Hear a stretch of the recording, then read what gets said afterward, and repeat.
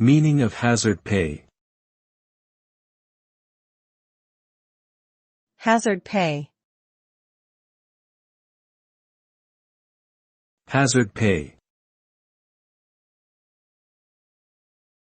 Hazard pay. Hazard pay. Hazard pay refers to the additional compensation given to employees who are exposed to dangerous or hazardous conditions while performing their job duties, such as working in war zones, dealing with hazardous materials, or working in high-risk healthcare settings.